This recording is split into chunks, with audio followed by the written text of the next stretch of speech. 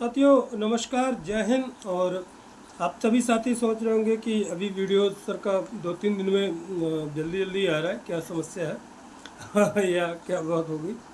देखिए ऐसा कुछ समाचार मिल रहा है और बहुत दिनों से कुछ साथी लगातार फ़ोन कॉल्स कर रहे थे, मैसेज कर रहे थे, तो मुझे भी बड़ा प्रेशर था। और संयोग ये हुआ कि 2-1 दिन से मुझे थोड़ा सा समय मिल गया।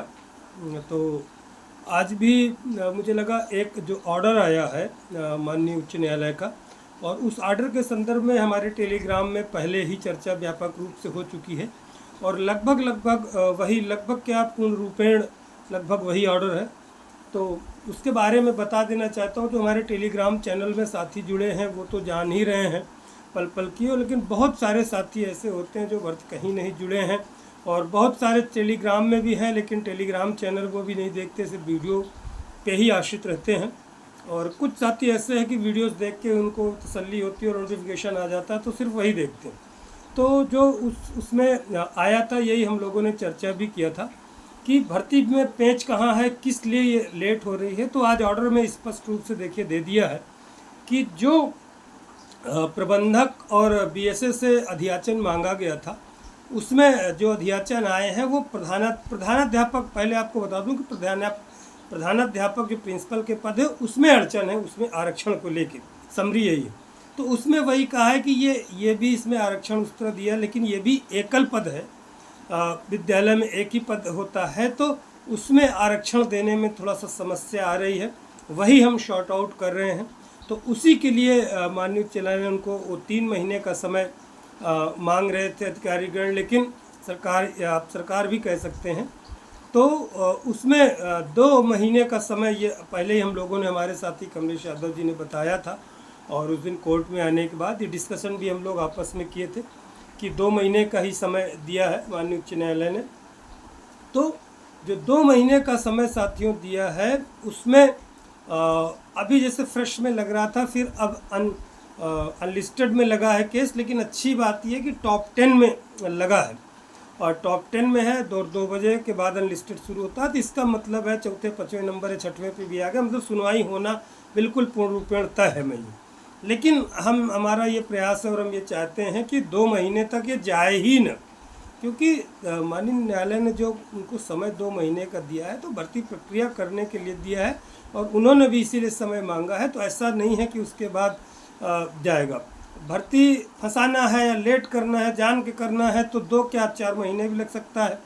अगर नहीं करना चाह रहे हैं, कुछ अड़चन हो रही है, क्योंकि 2 महीने बाद फिर बोल देंगे कि हमको चल रहा है, ये समस्या है, वो समस्या है, ऐसी समस्या विधिक, और होना होगा तो अभी भी हो सकता है, कभी भी शुरू हो सकता है। तो उसका जो समस्या है उसमें प्रधानाध्यापक के पद को लेके रिजर्वेशन देने की है, क्योंकि एकल पद है, किस तरह रिजर्वेशन, क्या वो शॉर्ट आउट। अब उस विषय में नहीं बोलना चाहता कि क्या कैसे रिजर्वेशन बनाया है, कैसे देना चाहते हैं, क्या है, वो मैं नहीं यहाँ डिस्कस करना चाहता, वीडियोस भी लंबी हो जाएगी और मुझे उचित भी नहीं लगता। तो मुख्य हमारी जो सहायक अध्यापक की भर्ती, उसका कहीं इसमें जिक्र नहीं है। तो 19 मई को डेट लगी, 15 मई तक का समय दिया गया है। जो मैंने पढ़ा, अगर डेट हो सकता है भूल गया हूँ, क्योंकि रफली देखा मैंने ऑर्डर। तो ये जो ऑर्डर आया है वही ऑर्डर हम लोगों ने पहले बताया था, और काफ़ी ये फरवरी का ऑर्डर था। अब देखिए आज करीब 1 महीने बाद, लगभग 1 महीने बाद ऑर्डर आज शो किया है। हो सकता है अभी लड़कों ने भेजा तो वही देखा मैंने भी, हमारे पास भी किसी व्यक्तिगत भेजा और शायद ग्रुप में भी डाला है कई लोगों ने। तो ये ऑर्डर आ गया, तो इसलिए आप लोगों को चिंतित होने की आवश्यकता नहीं। जो हमारी सहायक अध्यापक की भर्ती, उसमें लगभग सारी चीज़ें हो गई। तो प्रधानाध्यापक वाले में है कि कैसे क्या रिजर्वेशन शॉर्ट आउट्स करना है, तो और करना है तो ठीक है, इनको निकाल देना चाहिए। फॉर्म वगैरह लेते रहें, फिर जब तक शॉर्ट आउट हो जाए 1 आध महीने बाद निकाल दें, वो भी ठीक है। ये आपको फॉर्म लेने में, फॉर्म फिलअप कराने में, फिर फाइनल मेरिट निकालने में भी समय लगेगा, तो 1 आध महीने का ये जो समय है तब तक निकाल दीजिए, आप रिजर्वेशन शॉर्ट आउट करते रहिएगा, फॉर्म भर दें। ये हम लोग, ये अब मेरा विचार है, ये अभ्यर्थी हम चाहते हैं कि इसी तरह हो। अगर 1 महीने तो लगभग मान लीजिए हो ही गया है, 1 महीने 2 महीने का समय दिया है, क्योंकि फिर कोर्ट में मान लीजिए छुट्टी हो जाएगी, तो फिर भी डेट लगी है मई में, तो उसके बाद छुट्टी होगी, तो नहीं होना होगा तो फिर डेट पे डेट ऐसे चलेगी। तो इस कहने का तात्पर्य मेरे ये है कि 1 महीना तो हो ही गया, अब तो होना चाहिए, ऐसा कोई दिक्कत नहीं होनी चाहिए। नहीं बाकी जाने क्या आप इतने साल से लटक रहे हैं, तो यही मेरा बताने का उद्देश्य था।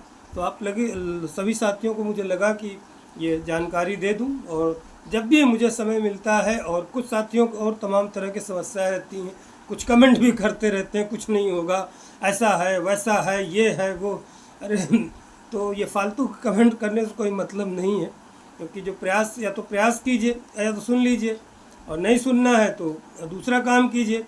लेकिन इस तरह की नकारात्मक बातें कुछ तो ऐसे भी हैं कि लोग कहीं कहीं से भी कुछ नहीं होगा, अरे कुछ करो, प्रयास करते करते देखिए उसमें कहा ना कि आवत जावत रस्सी प्रत निशान, एक उसकी रस्सी जो है निशान लोहे को काट देती है कुएं पे।